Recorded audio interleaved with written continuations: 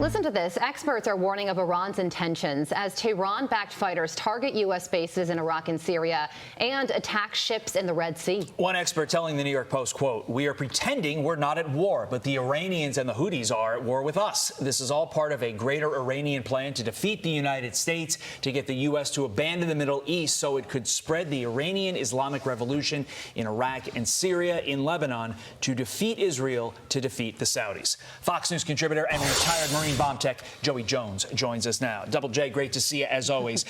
Is the Biden administration in denial over Iran's true intentions? I think we know the answer to that.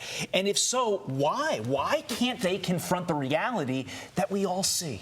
You know, I'm going to punt this a little bit. I asked Lindsey Graham this on the set of Fox and Friends yesterday, almost this exact same question. If the ground level view is that these bands of, I call them idiots, but bands of whatever you want to call them, people that are anti-U.S. and anti the country they even live in, like in Yemen, if these bands of people are attacking us at the ground level, and at 30,000 feet, Iran is supporting them, then what's the 60,000-foot view? Why can't we head this off at Iran? And I don't mean right now today, but over the last 40 years. Like, why is Iran such a thorn in our side? And I said, is it that China and Russia want to be aligned? And as a senior senator, even though I don't really agree with him very often, his opinion was very matter of fact. I said, if bombs dropped in Iran tomorrow, U.S. bombs, what would be the consequence? And he said, nothing beyond Iran is no longer a problem.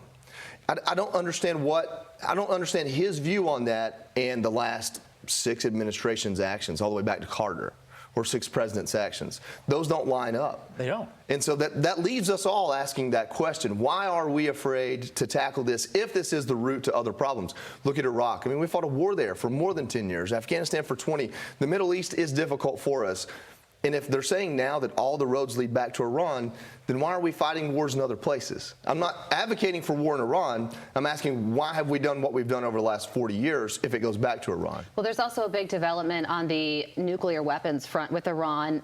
They just started to increase their uranium enrichment again. And just to give some more detail to this story, the 2015 Iran nuclear deal capped enrichment at 3.67%. Iran just reached 60% enrichment, and it takes 90% to reach weapons grade. I'm not a nuclear weapons expert, and even I can understand that that sounds concerning. And it's clear that right now, Iran feels emboldened, which is a huge problem. Yeah, so here's, just to break it down a little bit. So what makes fissile or nuclear material nuclear is that you have protons, electrons, neutrons. You have too many of some of those in an atom, and it's got more energy than it should. Some of those are trying to escape. Some of them are trying to get in. And you start a chain reaction. You throw something in there, and it starts putting that extra energy in other places, and it cascades. That's a bomb. That's 90% enriched. 60% enriched is, I don't know, 50-some-odd% more than you need to take that material and make energy out of it.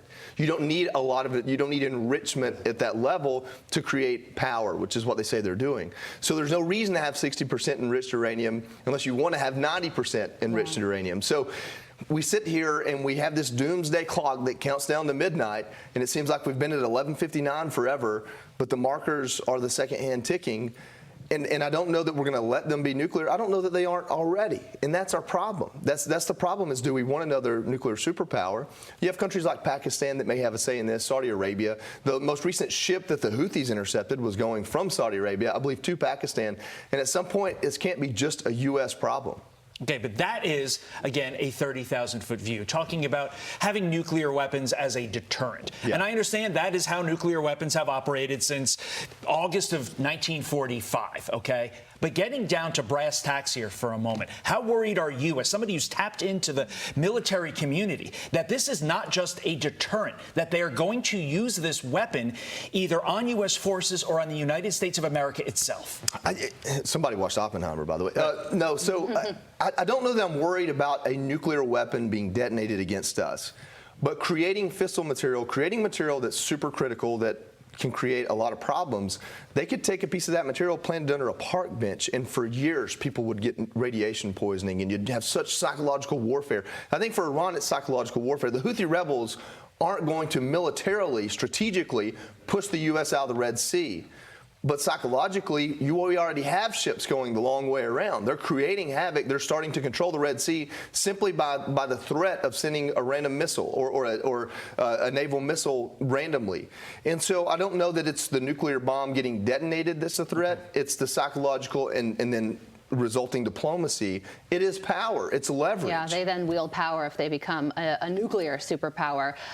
It's clear that all these things are connected. What's going on with Iran and their ramped up uranium enrichment, Hezbollah attacking our troops in Iraq and Syria, and Houthis acting out in the Red Sea.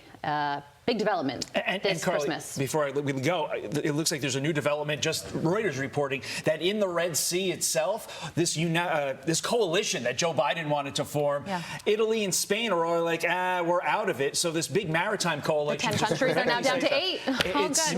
What a coalition. Right. Real quickly, the United States Marine Corps was born not to go on Navy ships, but to go on merchant ships. The oldest job of the United States Marine Corps is to protect merchant ships. So far, these haven't been U.S. merchant ships. But when they are, we have a force there that has been around forever just to fix it. Houthis right now dictating global trade. Not good. Joey, thank you so much. Joey. I'm Steve Ducey. I'm Brian Kilmeade. And I'm Ainsley Earhart. And click here to subscribe to the Fox News YouTube page to catch our hottest interviews and most compelling analysis.